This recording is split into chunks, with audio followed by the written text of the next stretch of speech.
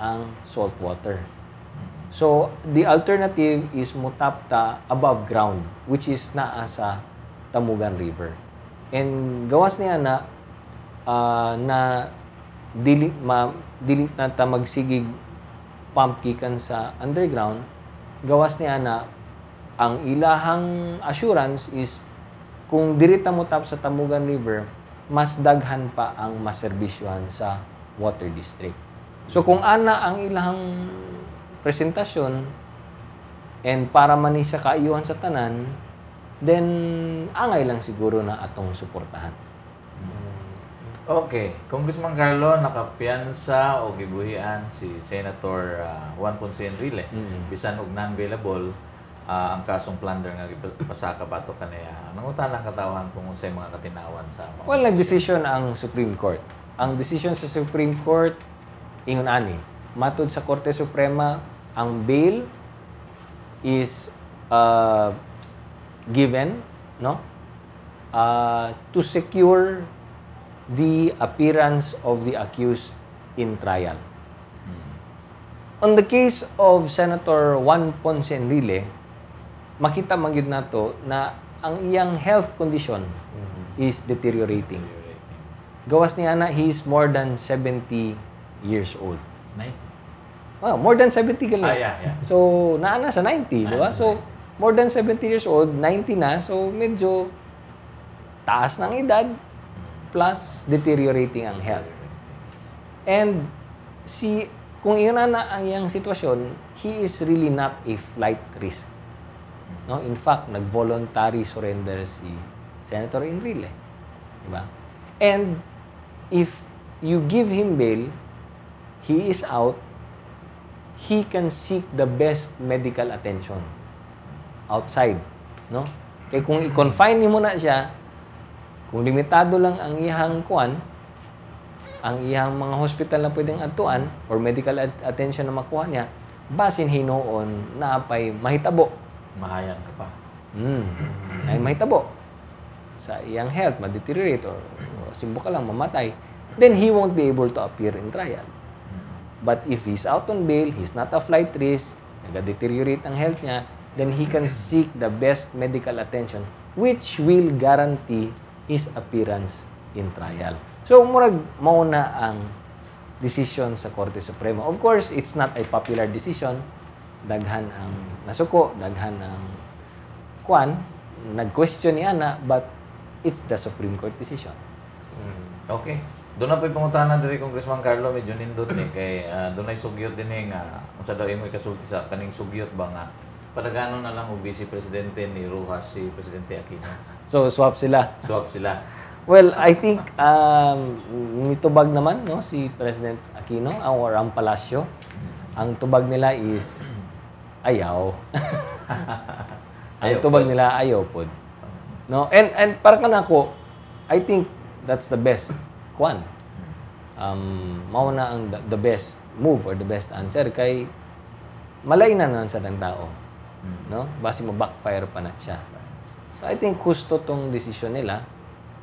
Ayun na, ipares na lang nato si President Aquino and lain kung kayong paminawon no, from President o Vice President ka kay murag basin ang tao malainan. Congressman Carlo Corrales, daghan kayo ang mayngon nato ba nga excitement nya sinigitay sa mga tao dito sa Abrisa Mall nya sa diya paglingi nila tuwa dito sa Congressman Carlo Corrales uban ni Piolo Pascual. Si Piolo Pascual to wala koy labot dili ako ang kasabay ka to sikan lang na si nagsininggitay dito tungod kay Piolo Pascual. Ako background lang ko dito. Kwanto siya opening sa Belo Medical Clinic. Nya ang special guest si Piolo Pascual, kay endorser man sa Belo.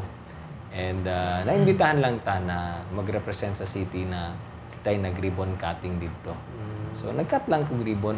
Mo lang tong akong role. Magkakalimtan ni Saldi ang iyang pag-showbiz. O lagi, halata na po na ko, basta showbiz, si Zaldi.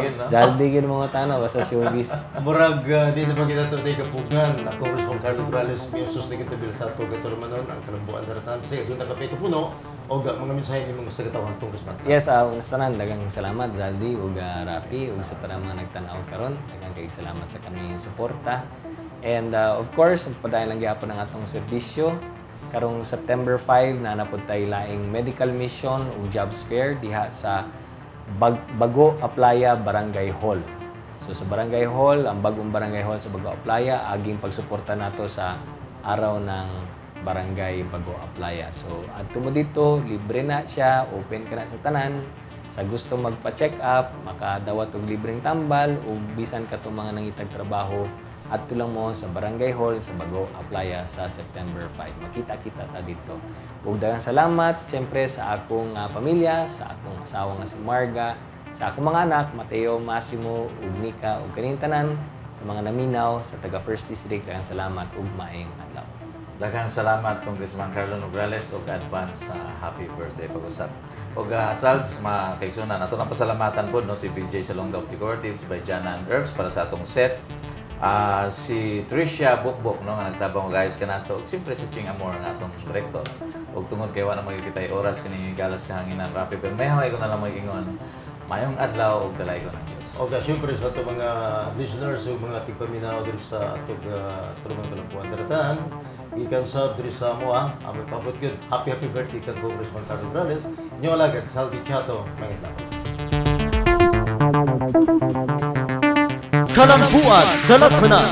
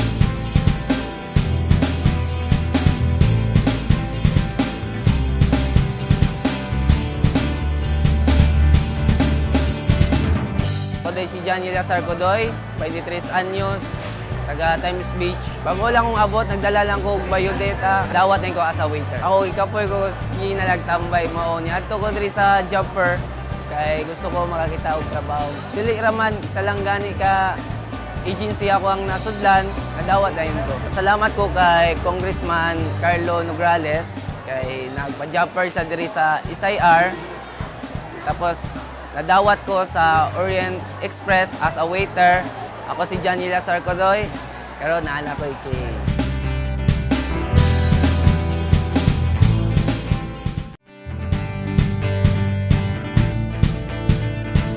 Ako ay si Rimar Tretesa, ang edad 23, nagpuyo sa Matina Playa. Nanay ko dire mga alas 8 jud pasado. Ni-apply ko sa Adana nga manpower. Nadawat ko kalawian sa Ginoo. Ang akong tuyo jud ani nga makatabang ko sa akong ginikanan, makabuhi po sa akong pamilya, maka-abroad ko po nga hapsay po dito kalawian ko makalingkawas sa kalisod dire sa Pilipinas. Salamat jud ko sa job fair nga gibugna ni Carlo Nograles. Ug nadawat taon ko sa Adana Manpower Services.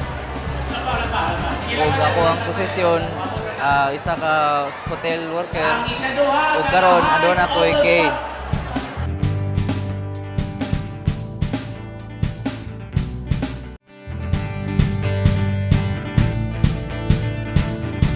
Ako di ay si John Ray Huyuan, Tessa, 27 years old. Nagpuyo ko diri alang pod sa SIR. Abot ko diri karon po is para mag-apply. Sa oras ako pag-abot is mga around 8 o'clock na ako diri. And nagdala ko og mga requirements sama sa resume and then ang passport. Okay, gidala na pod na ako siya. Nakita na ako nga daghan gyud ay ang tao dinhi ang dapitas. Gusto jud ko mo trabaho abroad kay since na ako'y extra nga mahatag sa ako ang mama since ako papa wala na karon. O karon ako nagapasalamat kang Congressman Carlo Nograles sa iyang gidala diri ang job fair dinhi sa Phase 1 SIR. Daghang salamat ko sa Adana Agency Manpower Services nga nadawat ko isip ko sa hotel worker. Og ako si John Ray Huyua. Og karon aduna na ko kay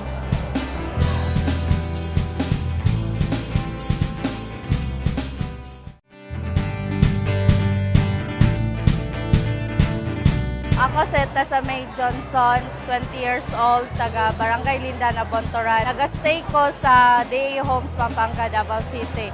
8:15 ko naabot diri sa 76-A para mga-apply og work. Abot na ko diri ganina, naglinya dayon ko, pero gamay pagtao. So, daghan ko mga kauban nga job seekers, nagapangitag trabaho, pares na ko.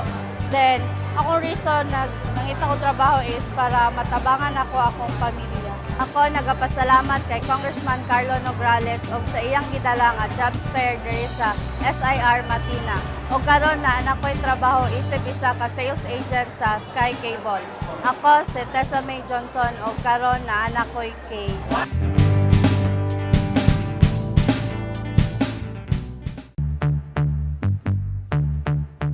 Congratulations! Congratulations! Congratulations! Outstanding! Outstanding! Filipino Achiever! In public service! Congressman Carlo Nograles! Congratulations! We are proud of you! We love you!